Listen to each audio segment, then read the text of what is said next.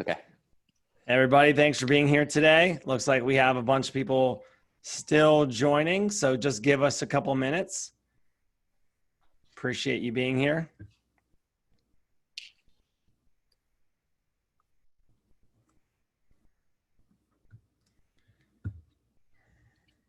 So as we get started, as always, the PreSales Collective likes to make these as interactive as possible. So get yourself familiar with the chat feature, familiarize yourself with the Q&A. But a quick question for those who let us know in the chat. Is this your first time here? Have you been to one before? How many webinars have you been on? Just shoot me a message in the chat. All right, a couple first timers. Welcome to the first timers. Newbies. We got some veterans as well. Wow, lots of first timers.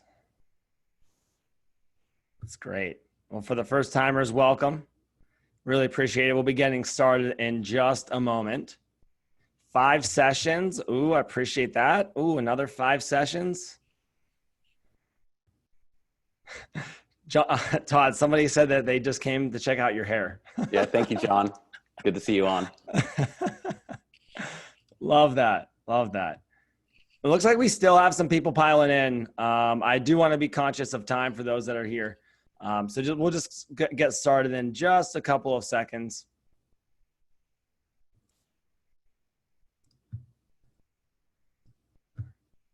All right. I think we can get started. Todd, what do you think? Sounds good to me. All right. Well, thank you all for being here today. Really appreciate it. Again, PreSales Collective webinar series today with Todd Janzen. Just a couple of slides before we get started. So our first slide is thank you for being here today. And thank you for making the PreSales Collective possible.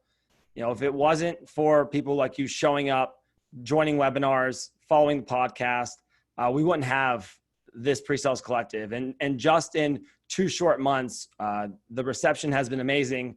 The attendance has been great. And so we want to just say thank you for being here and thanks for making things possible. Just a quick plug is if you haven't been to the website recently, we did add, we did a little reconfiguring, so to say, and we have a bunch of new programs, which I want to just quickly highlight before we get into today's session. So on the next slide, this is a little bit wordy, but again, the PreSales Collective is only here because of people like yourself that are driving content, driving the strategy. We're doing 2 to 3 blogs per week. We have a bi-weekly newsletter. Our webinars have been weekly. Every webinar that we've done is available on demand under past webinars. We launched a podcast that's weekly. The discussion board's live. And then again, we released a Slack and released some programs within that Slack that are very beneficial to the community. Our Women in Solutions Excellence, Black Lives Matter. We're doing geos. So if you're in a certain location in the United States or the world, you can connect with other people. Jobs are a hot topic right now. So check those out. And a leadership roundtable.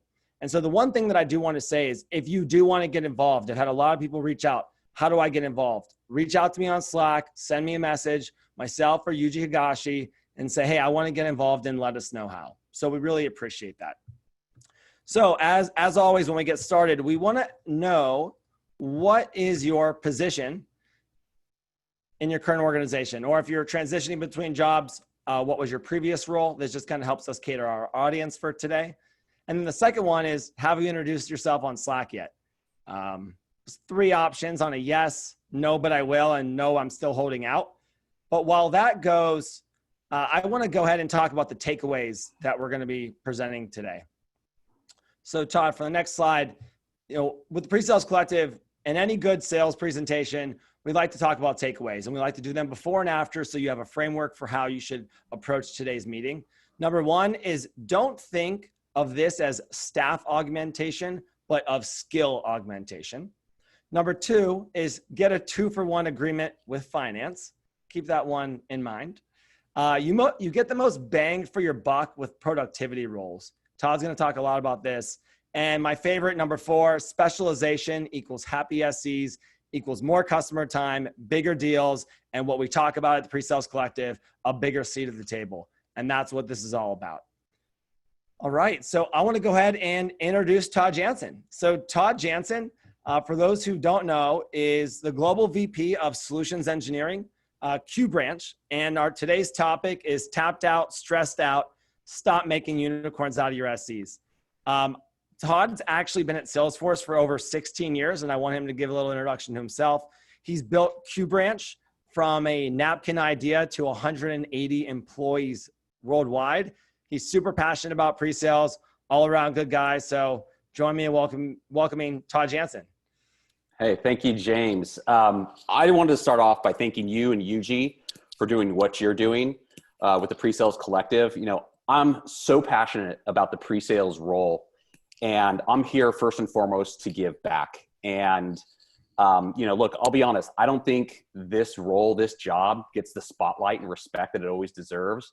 So I just love what you guys are doing. And like I said, I'm here today to give back because, you know, together we are stronger. So with that, just a little bit about myself. So I'm an engineer to the core. I went to college, got an engineering degree, call Pally Mustangs if we have any Mustangs on the phone today. But I'm also an engineer by profession. And I started my career as a CRM consultant, found my way over to Salesforce in 2005. You know, I love getting up and solving problems. Like, that is my motivation. That's what gets me out of bed every morning. Like, I just have that engineering mindset, and I love challenges. You know, I'm someone who played with Legos probably way too late in life. So if you're one of those folks, you're in good company today. And now that I have kids, it's totally cool to play with Legos again. So I'm super happy about that. But here's a picture of me in my new hire boot camp in 2005. This was the entire start class for Salesforce in that given month in 2005.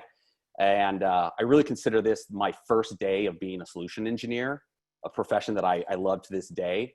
And as the joke goes, here I am, eyes wide open to my potential at Salesforce.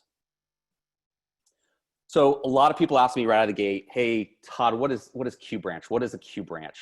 And if you've seen a James Bond movie, you'll know the reference, but it's actually deeper than that. It's actually a real thing. So Q is short for quartermaster. And in the armed services, a quartermaster does different things. So in the Army, the quartermaster arms the troops. And that is a perfect metaphor for what my team does within the sales organizations. We're not on the front lines, we're behind the scenes, helping our sales teams with the best assets to go close deals. Now, a quartermaster in the Navy is someone who navigates the ship. And we have roles within QBranch that are helping our sales teams navigate the biggest deals of their career. So what is our mission? Our mission is super, super simple.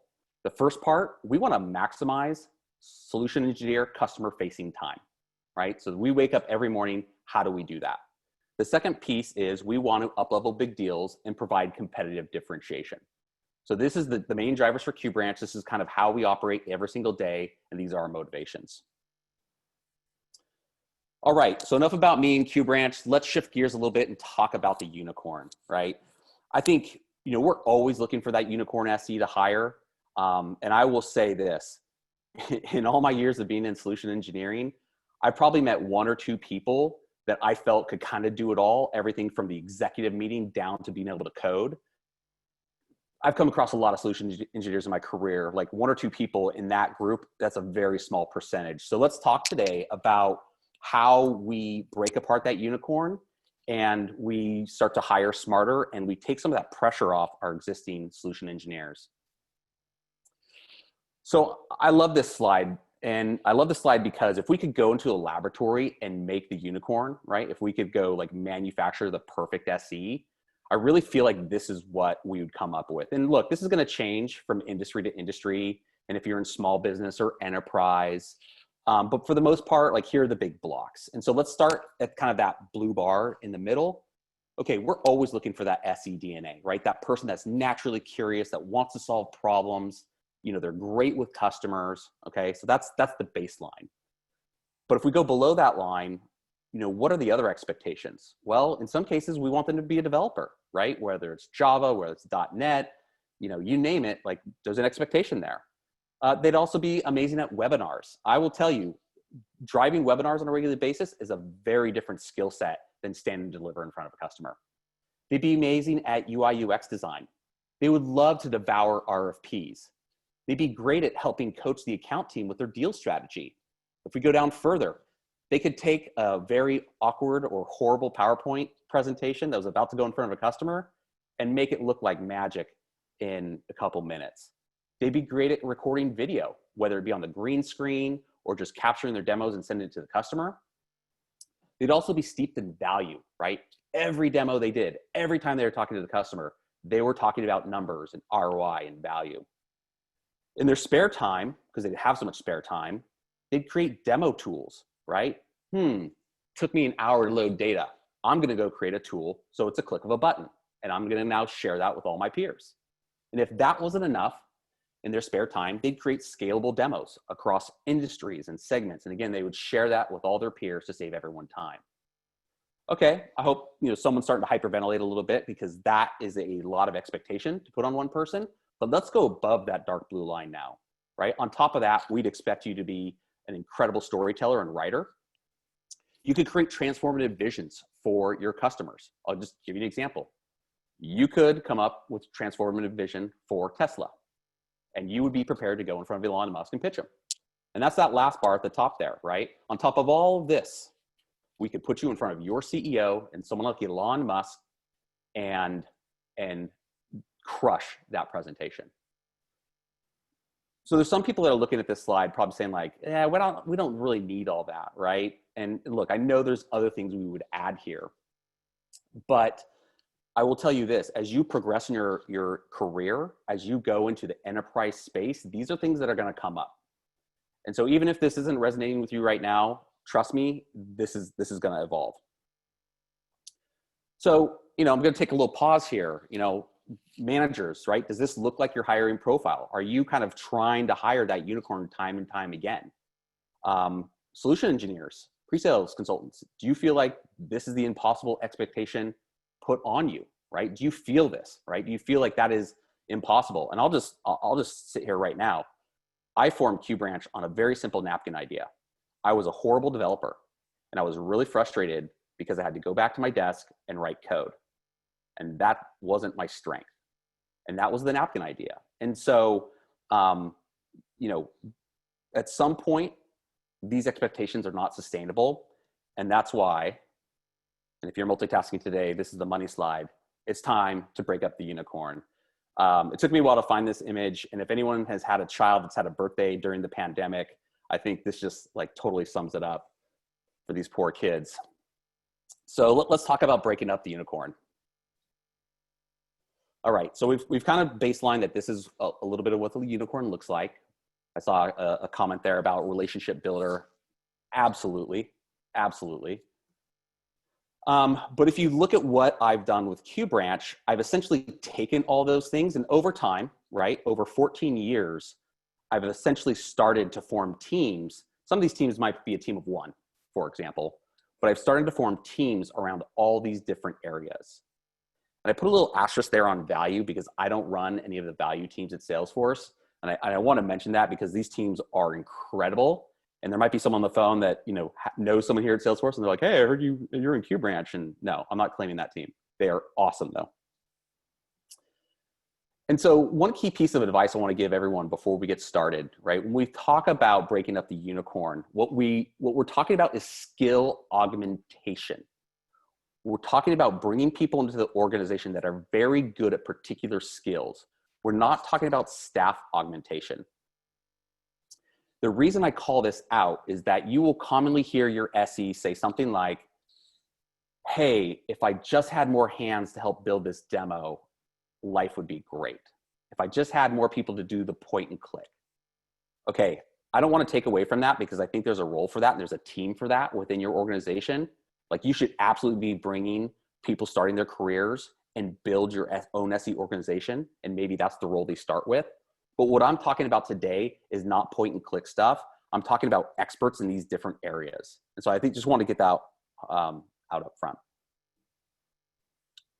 And on this slide, I put some examples. So at Salesforce, when I look at QBranch, we have deep product experts. And in some ways, they might be even deeper than our solution engineers.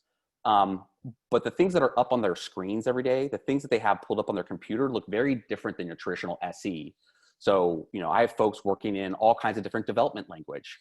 I have people on the creative side, right, that have all the different Adobe Creative Suite open on their laptop. So I hope this gives you a sense of kind of how these folks are different than kind of your core SEs. All right, so I'm going to shift gears here. I'm hoping and I'm assuming there's some base level of like, yeah, Todd, I believe you, right? Yeah, this is probably inevitable. We gotta do this. Like, I can't keep looking for the unicorn SE. And if you're an individual, yeah, I'm not going to be all things to all people. All right, so step one, getting started. I'm going to try and make this super actionable for everyone today. Think about who you have already. You know, chances are you have someone that's not loving the SE role. Maybe they're just kind of, you know, they're done being on the phone with customers every day, but they're a great developer, all right? Or maybe they're really good at value. So that is a great person to seed this team with, right? Could you carve them out today and have them solely focus on that? You know, as I mentioned before at Salesforce, we started with developers because that was the need. But maybe for you, focusing on someone in value is more relevant. You know, I think that's up to you to figure out. And if you could carve that person out and have them solely focus on that thing, would they be happy, right? Would taking them off the front lines, something they're not enjoying doing, and have them focus on what they love, would it make them happy? Probably. And then the last thing is, would it make the other SEs happy, right? Would SEs love having this person in that role so that they could go to them so the burden wasn't solely on them? And I'll just use value for an example, right? Could they go to this one person to have them come up with ROI models and just completely take that off their plate? And by the way, the model would be awesome. So step one, seed it. Probably the best advice I've given to people over the years that are starting one of these teams, and this is a tough one, but if you get this in place up front, your job's going to be a lot easier, is try and get a 2-for-1 hiring agreement with finance in writing. A lot of these roles you can fill with people that are starting their career or maybe in their first or their second job. Now, that's not the case for all of these roles. I have some of these roles, these folks are probably getting paid more than solution engineers for some of them, right? I would call out value as something that's probably very much on par with what a solution engineer gets paid. But for a lot of these roles, right, these are people starting in their career. And if you can get that 2-for-1 agreement for some of those roles, you have a huge leg up, because here's what is eventually going to happen. Someone, probably you, if you're a manager, is going to have to weigh, do I hire an SE or do I hire this other role? And if it's a 1-for-1, I guarantee you SE is going to win every time. And we see this with the hiring of salespeople versus SEs, right? Most often, if the business goes, do we hire a salesperson or do we hire a solution engineer? AE kind of wins that. So you get a 2-for-1, all of a sudden, this makes it really, really enticing. The next step, step 3, is you need to decide where you're going to invest. And I break it into 2 really simple areas, A and P. And think about where you get the biggest bang for your buck. So A, I refer to as the ACV bucket or the revenue bucket, right? So there's going to be teams that are going to be helping the sales teams directly and impacting revenue. Okay, that's the easiest to track, and I'll show you how you track that. But you're going to tie everything they do to opportunities and revenue. Productivity teams, these are the hardest to track, right? How do you measure productivity, right? Sometimes productivity is like this murky, bad word, right? It's overused. No one really knows what it means. They kind of don't value it. But I'm going to show you some ways on how to track it. But I will say productivity is where you get the most bang for your buck. And I'm going to kind of break this down a little bit. Okay, so if we took QBranch and kind of what we've built over the last 14 years, we take that unicorn slide, this is where the A and the P breaks down. So you notice the 2 teams down there at the bottom, scalable demos and tools, those are our productivity teams. And I'll tell you, these teams are relatively small compared to the rest of my other teams. You can put 5 people on a tools team, right? Just making tools to help SEs build demos faster. You know, that data loading example is a great one. Wow. Every demo, I load data for 2 hours. Could we make a tool that makes it a click of a button? Like, that's the stuff I'm talking about. You put 2 people in that role, massive impact. Every SE in your company is going to benefit from it, right? So we'll talk about these in a little more detail. Okay, step 4, you need to think about your engagement model. So you're going to go create a team like this, right? How would they get engaged? How are you going to measure their performance? How do they get compensated? Well, the good news is I have some answers. I'm not going to talk about compensation anywhere else, so I might as well address it right here. For these roles that are behind the scenes, that are not in front of customers, I think they have to be on a different comp plan than your SEs. And that's just by my experience. You know, these folks don't necessarily have a say on where they spend their time, right? The requests are coming inbound. And so I think it's important to put them on a different comp plan. What was also good about that is if these people grow and want to become an SE, well, now you've got some range, and that salary jump is going to be very enticing for them. That's probably a little too much detail, but I'm sure it's going to come up. Okay, so we've talked about A and P. I'm going to start with the A teams, right? And again, A stands for ACV. It's a term we use at Salesforce, which stands for annual contract value. In your organization, it probably is just revenue, right? And this is the easiest one to measure. All right, so I'm just going to talk to you a little bit about how we've structured this at Salesforce, and hopefully give you some insight on how we set up the engagement model here. So for us, we use an object called an assist, an SE assist, right? This whole team is centered around helping solution engineers, even though we do help tons of salespeople as well. If anyone has ever used a DSR or is familiar with the word DSR, deal support request, it's the same thing. But step one is, you know, any solution engineer can log this request, and we ask them, hey, is it a technical request? Do you need a video? Do you need some design help? And then once that request is logged, it's going to go into a number of different queues where we have people monitoring those queues.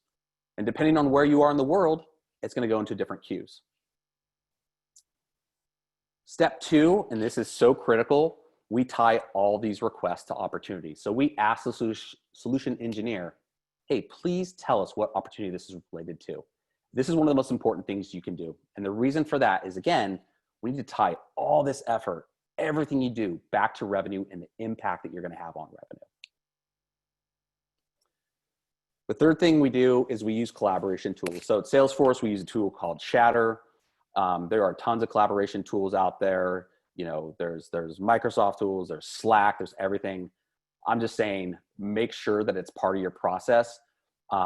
This is so helpful for my team to work through small issues with the solution engineer, but it's also great for me as a leader. If something goes sideways, I can come in and look at the collaboration and know exactly what's been happening. And the last bit of tracking kind of the revenue side of the house is tracking hours and skills. And so every time someone works on a request in my organization, I ask them, hey, what skill did you use to complete that? Was it Java? Was it JavaScript, right? Was it HTML? And then of course we have them log their hours here. I want to pause a little bit. I ask people to log their hours just so I can see how much of a particular skill we're using. Something really dangerous that I found, if I can just give you advice here, is it's very dangerous to say, to take all the hours that you've logged on the revenue side of the house and go to a sales leader and go, hey, my team saved your team, 800 hours this month. Okay, at first it's compelling, and every solution engineer leader is like, yeah, that sounds awesome. But what happens when it fluctuates? And it will. And it fluctuates because we just fluctuate with deal cycles. And here's my main point. If a solution engineer can't code, how many hours did we save that person? It kind of goes to infinity. So I like to talk about the ACV impact, the revenue impact. I use the hours for myself in hiring, but it's not necessarily something that I go outward with. And just to give you an example, this is kind of all the different skills that we're using to complete these requests. And so I can look at this donut chart and see how it morphs over time. And it helps me make smarter hiring decisions. A real world example, right? About 10 years ago, a little more than 10 years ago, we came out with a programming language called Apex, and it was based on Java. And that's what I started my team on. Well, 5 years ago, we came out with something called Lightning, which was more JavaScript based. And so literally overnight, the requests were different. People were no longer asking for Apex requests. They wanted JavaScript like requests. And so I would go and look at things like this to make my hiring decisions. Okay, so let me close out the A section here. Key takeaways: tie those requests to deals and opportunities, use your collaboration tools, and track the skills so that you can use those for smarter hiring. James, do we want to keep plowing through, or do we want to pause for a question or two? We got a bunch of questions so far. I think maybe one that's super timely, Todd, is some people have asked a similar question around like, at what stage of maturity does this most apply to company-wise? Yeah, that's probably a tough one for me to answer without knowing the specifics. And I'll just share. For us, it's when we came out with a programming language, and the bulk of our solution engineers were not technical; they were not developers. So that forced the shift. For others, where you find all of a sudden ROI is a big part of your sales cycle, that might be the impetus to go say, "Wow, we need to actually bring in some real value professionals." Because that is the key to closing our deal. So maybe that's the answer. The answer is, when the nature of your sales cycle changes, or, what closes the deal starts to change. I'll give you a great example. Hey, we're all working from home. Video is, that content right now is queen, right? And if you were mature enough and big enough, it might be time to start a video team. I agree. Love the perspective. We got a couple more questions, but I'm going to save them. I'm just kind of keeping track. So for those that are listening, obviously, feel free to keep putting them in the chat, putting them in the Q&A. We'll have a section at the end for sure. Awesome. All right. Let me talk about the P side of the house. P, of course, productivity, time saved, headcount saved. Again, the hardest to measure. So here's the question. If you save someone 1,000 hours a year, would they know it? Would they know it? Chances are they wouldn't. And this is the biggest challenge when we talk about productivity. And, you go to your boss and they're like, hey, I want to hire a productivity team. It's like eye roll, groan, right? And I think it's because the measurement has been so hard here. And so I want to talk about that. And so before you go and you stand up, you carve out a couple people to work on some of these productivity roles. Again, I'll go back to that data loading example. Takes most people 2 hours. You make a tool that takes 5 minutes. It's really important to start mapping out on a chart like this, impact versus effort. If the first project you bite off with this team is something that's going to take you 2 years, like you're never going to see the light of day. That team's going to be disbanded. And so pick off that low hanging fruit, right? It's the idea that everyone's talking about that sounds like this. Man, if we only had a really good developer here, I bet they could do it in 3 hours, right? That's the kind of stuff you want to start with. So that's my first piece of advice. The second piece of advice I would give you is baseline how long it takes to do those things. So you get your list, your prioritized list of tools or things you want to build. Start and be conservative. How long does it currently take someone to do that thing? Again, I'll use the data loading example. On average, it takes someone an hour. Great. Be conservative. Be like, yeah, let's call it 50 minutes, right? I love being conservative with these metrics because they're going to get big, and I'm going to show you that in a bit. And you're going to be, all of a sudden it's like, yeah, you didn't save us that much time. Step 3, probably one of the most important things I talk to you guys about today is when you build these tools, right? They're technical tools. They're going to live on, Amazon. They're going to live on Salesforce. They're going to live on Azure. They're going to live somewhere. They're going to live on Google Cloud. Embed analytics trackers in them. You want to track every click. You're going to want to track how long people are on screens, how long they interact with that tool. And what we're doing here is that we're building a calculator. What do you mean by that? I used to use the analogy of a slot machine because, they make more money than they lose. But this is going to be pretty cool. So let me show you an example. So this is a tool that we've built at Salesforce called Forms Fast. It allows anyone to build a web form. Okay, not really hard, right? But my team used to get this request all the time. And on average, it would take us about 30 minutes to create a web form, right? It's mostly HTML. Not necessarily hard, but it's 30 minutes per request. So we built this tool, drag and drop, WYSIWYG tool to create a web form, right? So we took that task from 30 minutes down to something people could DIY down to 5 minutes. So 25 minutes of time savings, right? And I've got a simple little formula up there. So every time someone uses this tool, you're going to ring the register. 25 minutes saved. 3 more people used it. 25 times 3, right? you're getting this pretty fast. You divide it by 60 because eventually we want to get minutes into hours, and we want hours to get into days saved. And if you want to take it the extra mile, you can make that conversion into headcount saved, right? But if you set this up with all the tools that you make, that cash register is ringing 24/7, and those numbers are spinning up. Now, it might not be a tool, right? I know a lot of people are publishing things out to like GitHub. Well, if you package something and put it on GitHub and your team pulls that down, what you should do is track how long it took someone to create that thing and put it on GitHub.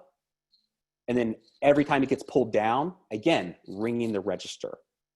So if you set this up front, you will be amazed at the numbers that add up. Like, you're not going to believe them yourself, but it's real, right? My example of that web form is absolutely real.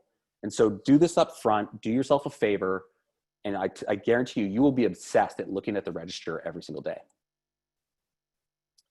And then at some point, you have to feed this into an analytics tool. There's all kinds of stuff available to people out there, but we're feeding this into the analytics tool. And so I can get down to the SE level, how many tools that person's used, how many hours I've saved that individual person, what assets they're using, right? And it's a little bit small here. I ran this at the end of the year, maybe a year ago. You can see that we saved the entire solution engineer organization at Salesforce 1.1 million hours. And if we broke that out by per SE, that was 561 hours. If you divide that by working days, again, like, people don't believe this, but this is absolutely real. And I'm seeing a comment here about, CFO and justification. This is how you make the justification for making a hire. And if you got that 2 for 1, it gets a little easier. And I'll just pause here, because this is the kind of stuff that actually gets you a bigger seat at the table too, right? This is like some real maturity about the business. And like I said, I just use that example, kind of a zoom in on, I'm now able to go to any SE leader in the company and say, like, hey, here's what my team was able to do for you this year. Todd, can I ask you a question on this? Yeah. Because I think people see these numbers and they're like, wow, like, is that really accurate? And so when you had to sell this story and make justification, was the reaction like, hey, this can't be real? And how did you kind of navigate through that? Yeah, at some point you kind of have to bring people through the math, right?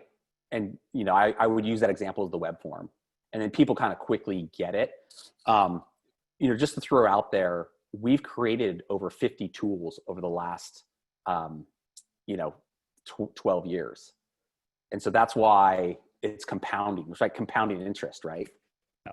Yeah, that's unbelievable. Yeah. As a user myself and having access to these teams, it really is a game changer. It really can be. Now, full disclosure,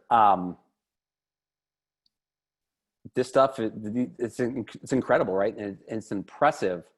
Sales leadership doesn't always necessarily appreciate it or understand it, right? Let's just keep throwing AEs at the problem. So I wouldn't say that it always works well for me, but I think in smaller organizations, it probably has a lot more impact. So real quick, just to round this out, right? I think this is kind of what that conversation needs to look like at the end of the day. If you're going to invest in the P resources, the productivity resources, right? Hey, with this team in place, we increased customer facing time by our SEs. It was up 15%, right? Okay, this team was able to influence 27% of the revenue in your region. And as I previously stated, we helped the company save 1.2 million hours last year. So key takeaways on the P section: start with the low-hanging fruit. Do not go tackle the big gargantuan problem up front. You will not see the light of day. Embed tracking tools in everything. And then, as I said at the end there, feed everything into an analytics package. And if you want some more details on exactly what I just ran through, there's actually a public-facing kind of how Salesforce does this with some more detail. We could probably share that URL after the presentation. But there's a more in-depth look at how I've built some of this stuff. And so let me just wrap up here, and then we can go to Q&A, James. So why do we break apart the unicorn, right? Why is that a good idea? Well, I think the first benefit you're going to get is you enlarge the pool of qualified SE candidates. I think when we started breaking apart the unicorn, we were able to recruit from different parts of the organization. Like we had a lot of BDRs and SRs making the leap over to solution engineering because we removed that qualification that you had to be technical, that you had to code, right? And instead, we just had to listen for curiosity. Is this person naturally curious? Do they have the SE DNA? The second thing is, allow your SEs to do what they do best, right? As you start to take some of these stuff off their plate, by nature, they're going to be happier. The third thing is keep those SEs in front of customers. And I'm sure everyone knows this, but customers like SEs. Customers want to talk to SEs. And with that, win rates go up, deal size goes up. It's a win for everyone. Fourth point, which I think is really key here, and I've seen it happen forever, and that is specialization rises the tide for everyone. SEs are sponges. What do I mean by that? You go hire some badass value person, right? And an SE works alongside of them on a deal and they see how they do it. Guess what? What do SEs do? They're going to watch. They're going to learn. They might not re-engage with that resource again because they totally get it and they learn a new skill. And I've seen that across the board with everything we do, right? So bring in those specialists. You're going to rise the tide for everyone. And the last thing I want to, in summary, is just to say, look, I think when you start to expand these roles, you elevate the pre-sales seat at the table. There's nothing I hate more than just hearing SEs associated with the demo. Show them the demo. Do the demo. Oh, the demo team. Show them the demo. It's like, for me, and I know I'm like in a very good tree of trust here, it's just insulting. And so when you start to break out these teams, like I guarantee you that value team is probably going to interact more with your AEs than your SEs. And that's the case for like my account strategy team, right? I went out and hired people from an ad agency. For anyone that's seen the show Mad Men, right? People that are coming with like big ideas and big pitches. Like I went out and hired those people. They're interacting more with the salespeople than SEs. And so all of a sudden, our sales leaders are looking over here going, wow, it's more than the demo, right? There's something much bigger going on there. So with that, I want to just thank everyone for your time. I know there is a ton of webinars you could be on right now. There's a lot of calls you could be on right now. I hope this was helpful, and I just appreciate your time. Yeah, thanks, Todd. And we appreciate your time. I mean, you're a busy guy, and really do appreciate you giving back and giving your perspective on this. Before we kind of wrap up, right? Takeaways for today. Hope we were clear on looking this as staff augmentation, not skill augmentation. I think Todd and I's agreement on the number one advice is 2-for-1 agreement with finance, getting the most bang for your buck with productivity roles, and then specialization equals happy SEs, more customer time, bigger deals, and seat at the table, which we continue to talk about. So thank you again, Todd. We're going to spend probably the next 5 to 10 minutes on Q&A. I have a lot of questions, which I really appreciate. So I'm going to kind of groom through these a bit. But Todd, I think maybe a quick one that I saw pop up is somebody, and you just kind of mentioned it, somebody said, when you're wanting to work with the SC assist, or you wouldn't want to work with the Q branch team, is it the AE reaching out or is it the SC reaching out? For us, it's primarily the SE, and it's a great question because you kind of need to protect these resources from AEs. Because what will eventually happen is they can't get an SE and they use this as a bypass. And that is a huge no-no. Like the only thing that we engage with an AE directly on is an RFP. And that's because like, if we can eliminate the SE having to be involved in that, like, we save them time. And so this could be implied, and you probably pick up on this, but I've spent the last 12 years of my career serving the SEs, right? I'm no longer a frontline SEs. I built a whole team around just serving and supporting them. And it's so critical to make sure that you protect that. Yeah, and I think that's good to know. And, at Salesforce, obviously, it is a complicated organization in terms of core SE, specialty teams, Q branch, right? And streamlining that communication is actually critical and important. And one of the questions that actually came up as well, Todd, was what happens when your SC actually wants to own that? Have you seen situations where maybe a frontline manager, a VP is saying, hey, we should be utilizing the Q branch team, but the core SE is like, hey, like, no, this is something I can do. Have you experienced that situation? Without someone calling it out directly, I think that happens daily. I think, and look, I say that because, and I can say this as a former SE, we're bounty hunters, right? We're lone wolves. Like we don't necessarily want to lean on someone for help, right? It's in our nature. It's in our DNA. We're Boba Fett, right? Like we just want to like knock it out ourselves. And so I think when you set up a team like this, it's something to pay attention to because there will be some resistance, right? But eventually people do come around and they go, oh my gosh, like you did that in an hour. It took me 6 hours to do that yesterday. Yeah. And I actually, in just my few months at Salesforce, have seen that experience with someone on my team who's a top performer wanting to control some of the process, but pretty much having to use a specialty resource and really been like blown away with what it actually did and amplified in their deal cycle.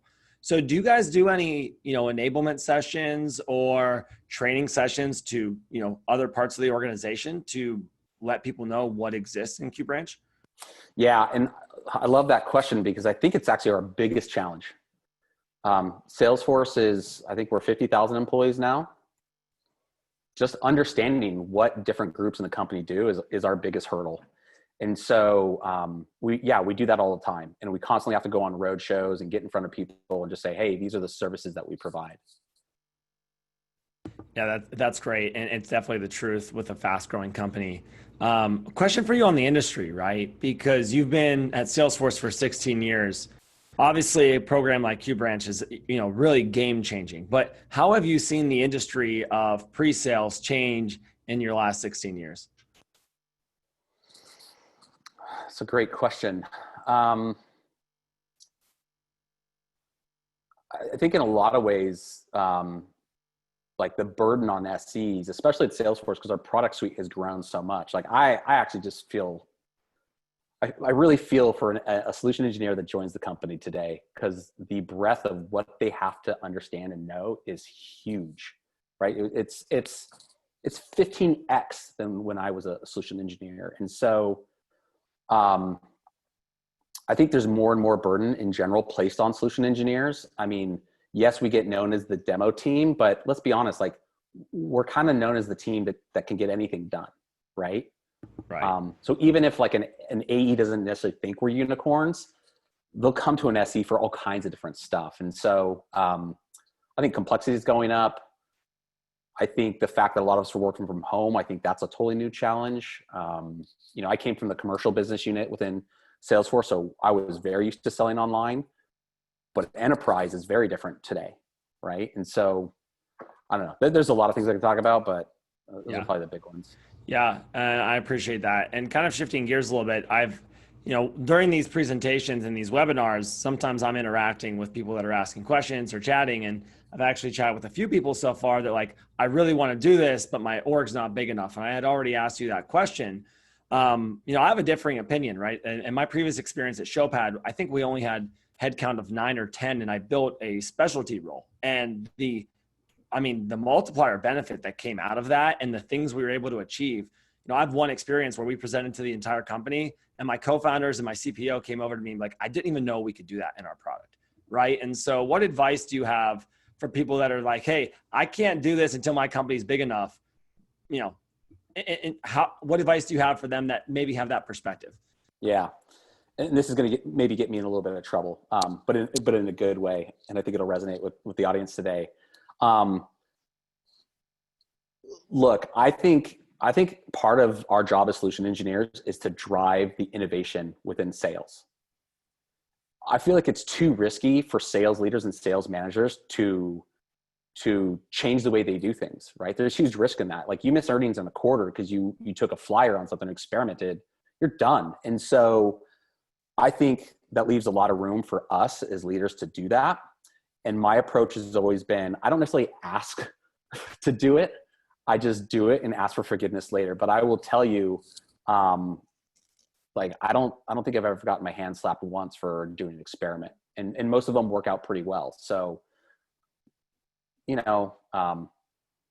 a lot of times I just do things and I don't necessarily tell someone. Yep. I carve off one person.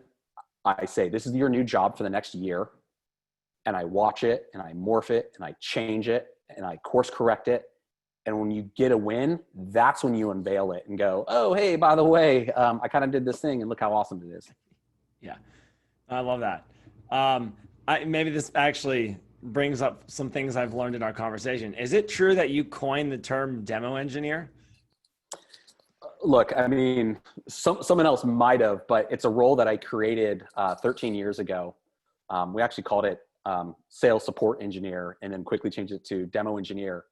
And then what's been crazy is so many people have left Salesforce and gone to other companies. A lot of people that have been on these calls and hosted these calls. And one of the first things they did is they set up a team of demo engineers. And so I don't know if anyone else can claim it, but I guess I'll claim it if no one else is. We'll throw the asterisk on it for now, but if nobody claims it for the rest of 2020, it's yours for 2021. Cool. I like it. I think maybe a couple more questions and then we can let people get on to their next meetings in their day. Got a pretty specific question. And does the Q branch only help upmarket segments? And are there thresholds to get these resources involved? Yeah, that's such a good question. So our legacy is that we don't. We were available to anyone. And I know that seems kind of crazy, but there's a couple of things we always play with. And that is when something's due and the scope of the work. And so it's like, hey, I need a week's worth of coding and I need it in 3 days and it's for a small deal. We might go back and say, hey, it's a small deal. They probably couldn't afford the consulting anyways. Here's maybe a better way to do it. Hey, can we take some shortcuts here? So there's always that compromise. And I think that has been how we've survived because frankly, the amount of people on my team compared to the solution engineers, like that ratio is ridiculous. Right. So that's how we've done it. I will say in the last year, we've had to take certain services that we do, like the high-end ones, and we've really had to say, hey, look, these are available for big bets only. And I'll tell you how we got there is win rates and win percentage, right? And it's kind of a simple law of physics in Salesforce is if something is a big bet and identified as a big bet, there's a lot of intelligent thinking around how to approach that account. There's a lot of great resources already there. And so, you know, by us getting involved, we're just helping to increase that win rate a little bit more. Yeah, it gets complicated though. It does, I bet. I want to ask you one more question that's probably fairly timely is if and how the pandemic has changed interacting with your team and your support functions. That's a good question. And I think without giving away too much and being generic, I've seen the demand for kind of our deal and account strategy, our video requests and creative requests go way up. And I think that's because there's so many calls in a day. There's so many webinars in the day. Yep. And the old stand and deliver demo, you know, the opportunity to do that is down. So I'll say this, we're still in the middle of just a totally new world here on how we sell using some of these different groups. And so I'll just say it's something I'm super excited about right now because it's forcing a lot of things I've wanted to do and just haven't gotten the traction. And now I'm starting to see some traction. That's great. Todd, thanks again for your time. Really appreciate this. As we start wrapping up, maybe we'll let people know that we might be doing this again pretty soon. So before we get to that slide, I'm just going to say thank you again for all attending today. Appreciate your time. Before you sign off, if you can give us a vote, let us know how we did today. We always appreciate the feedback. And then we're just going to go through a couple quick slides and then sign off. So Todd, do you mind moving to the next two slides? And one after this is we do want to give a big shout out to Vivin. Todd, next slide, please. Sorry. Vivin, if you guys haven't seen, their mission is to make pre-sales companies your most strategic asset. As we talk about justification, data, all of these items. Vivint has been an awesome sponsor for the Pre-Sales Collective and helping us be able to put out new mediums. So definitely check them out at vivint.com. Creating a platform and ecosystem for pre-sales, that's their goal. And so thank you to them for today.